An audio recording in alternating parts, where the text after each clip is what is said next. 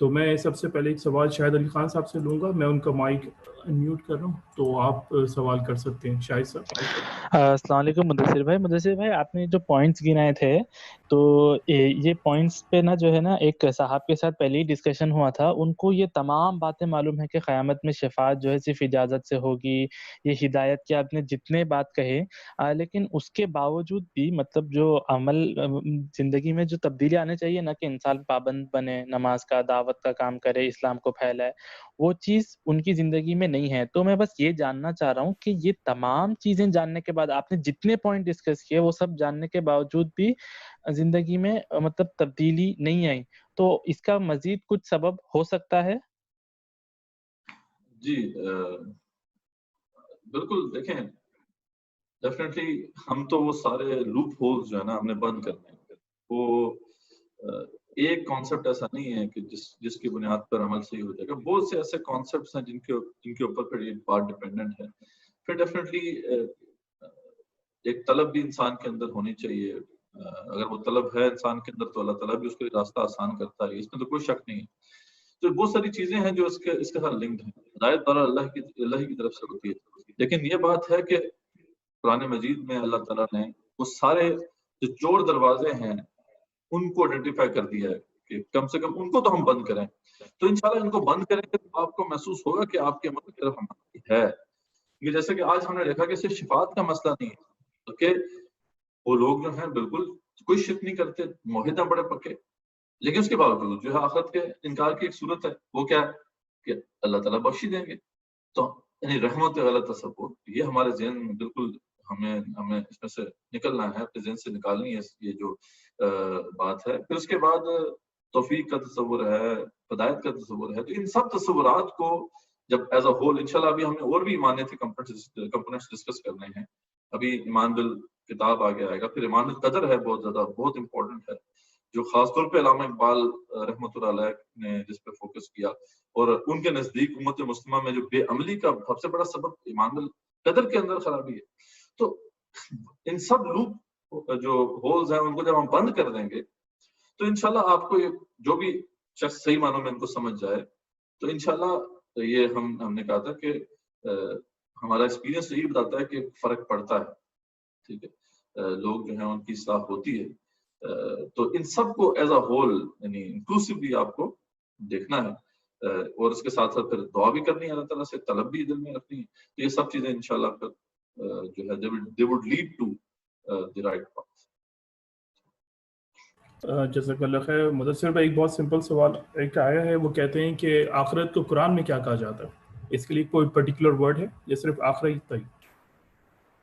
جی اس میں مطلب یہ ہے کہ آخرت کا لفظ بھی ہے, قیامہ کا ذکر, جس سے جو ہے یوم الحسرات بھی کہا گیا ہے. اس کو کئی نام ہے اس کے, کیونکہ ہر کوئی حسرت کرے گا اس دن. یوم الحسرات اس لیے کہا گیا کہ وہاں پہ جہنم میں جو جائے گا وہ بھی حسرت کرے گا, جنت میں جائے گا وہ بھی حسرت کرے گا. کاش میں جہاں پہ اچھے عمل کر لیتا کچھ تو زیادہ بڑی جنت مل جاتی. پھر اس سے یوم التغابن بھی کہا گیا ہے, ٹھیک ہے, ہار جیت کے فیصلے کا دن.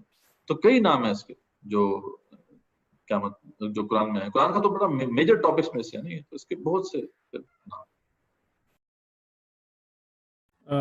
جزاک اللہ خیر.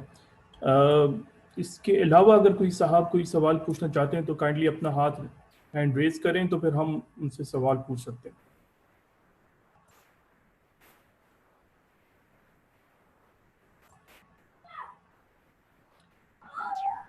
جی نصیر احمد صاحب آپ اپنا سوال کیجیے. جی السلام علیکم, میری آواز آ رہی ہے؟ جی وعلیکم السلام, آپ کی آواز آ رہی ہے. جی آج کے حوالے سے جو ہے جو ہم وشفل تھنکنگ ہے آخرت کے حوالے سے بخشش کا جو یہودیوں کا کانسیپٹ تھا جو قرآن مجید میں آتا ہے کہ ہم اللہ تعالیٰ کے چنتے ہیں یا اس قسم کے, ہم بھی اسی قسم کے کانسیپٹ پہ چل رہے ہیں کہ ہماری بھی بخشش ہو جائے گی. حالانکہ جو ہم نے اس حوالے سے حدیث پڑھی نبی صلی اللہ علیہ وسلم نے اپنے خاندان کو اور ایون کہ اپنی بیٹی کو بھی مخاطب کر کے کہا میں اللہ کے عذاب سے بچانے والا نہیں ہوں. تو لیکن ہم چونکہ حدیث ہے, میں اس کا انکار نہیں کر رہا کسی وجہ سے, لیکن کبھی کبھی مجھے ایسا لگتا ہے کہ کوئی چیزیں ہیں کہیں نہ کہیں کوئی ہے درمیان میں گڑبڑ. اللہ تعالیٰ قرآن میں کہتا ہے کہ وہ کتاب سورۃ بقرہ میں غالباً مجھے ایگزیکٹ یاد نہیں ہے کہ یہ نہ تو ان کی خواہشات پہ ہے نہ تمہاری خواہشات پہ، بلکہ یہ اعمال پہ ہے اس حوالے سے. جو اس طرح کرے گا وہ ایسے ہوگا، جو اس طرح کرے گا ایسے ہوگا. کچھ چیزیں قرآن میں کلیئر ہے. ابھی تک ہم مومن مسلمان ان چیزوں پہ ہمیں نہیں پتا. قرآن میں جتنے بھی اللہ تعالیٰ نے وعدے کیے وہ ایک مومن سے کیے، اور مومن کی تمام کریکٹرسٹکس بتا دی. باقی ٹھیک ہے اللہ تعالیٰ غفور رحیم ہے، بخشے گا، بخشنا ہے، لیکن اس کی کنڈیشنز بتا دی. مین چیز یہ ایمان کا ہے جو ہم بار بار پڑھ رہے ہیں. ہمارے ایمان جو ہے نا اس حوالے سے نہ ہماری انڈرسٹینڈنگ ہے اور نہ یہ چیزیں ہیں. یہ ایک کامنٹ بھی ہے، اور دوسری بات ہے کہ یہ بخشش کے حوالے سے جو تصور ہے صفات کا جو یہودی اللہ کا، ہم نے بھی میرے خیال میں ایسا ہی کچھ چیزوں کو سمجھا. اس پہ اگر کوئی کامنٹ کرنا چاہے پلیز آپ.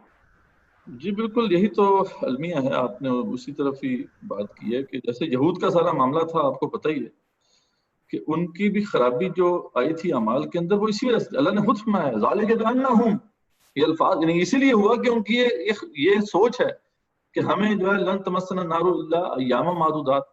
اللہ فرماتے ہیں ان کے اندر اتنی اخلاقی گراوٹ کیسے آ گئی. نہیں، ایک ایسی قوم جس کو اللہ نے بہت کچھ عطا کیا، اس کے بعد اس میں ایسی گراوٹ کیسے آ گئی کہ وہ اس مقام پہ پہنچ گئے. تو اس کا بھی وہی وجہ اللہ نے بتائی کہ یہ عقیدے کی خرابی ہے کہ جناب ہمیں جو ہے کچھ نہیں چھوئے گی، نہ آگ چھوئے گی، نہیں آگ جو ہے جہنم کی گنتی کے چند دن جو آپ نے ذکر کیا نا کہ اللہ تعالیٰ نے فرمایا کہ نہ تمہاری مرضی چلے گی نہ کسی اور کی. یہ جو آیت نمبر 120 ہے نا یہ سورہ نساء کی، اس سے آگے تو اللہ فرماتے ہیں آیت نمبر 123 ہے.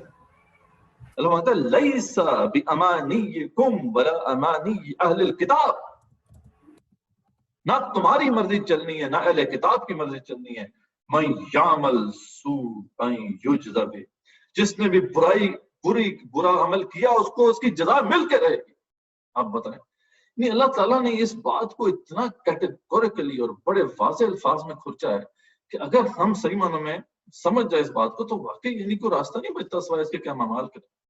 کتنی بڑی واضح آپ نے جزاک اللہ اس آیت کی طرف اشارہ کیا کہ لیس بامانیکم ولا امانی اہل الکتاب من یعمل سوءا یجز بہ ولا یجد له من دون اللہ ولییا ولا نصیرا. تھریٹننگ انداز میں اللہ فرماتے ہیں کہ کوئی نہیں پھر پائے گا اللہ کے سوا اور کوئی مددگار اور کوئی ساتھی.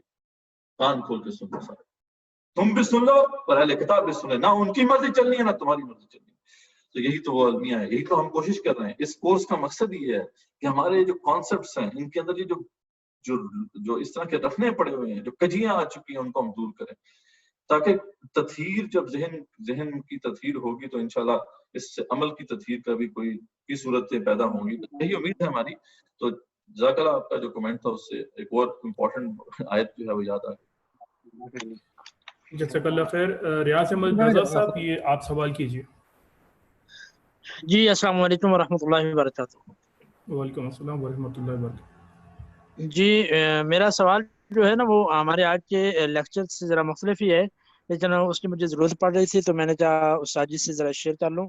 پوچھنا یہ تھا کہ جو عورت ہے یہ اپنے جو مطلب اس کے ناخن ہے اس پر نیل پالش جب لگاتی ہے تو نیل پالش لگانے کے بعد مطلب جب اس پر غسل فرض ہو جائے تو نیل پالش لازمی اتارنا ہوگی یا کوئی نہ بھی اتارے تو خیر مطلب مسئلہ حل ہو جائے گا؟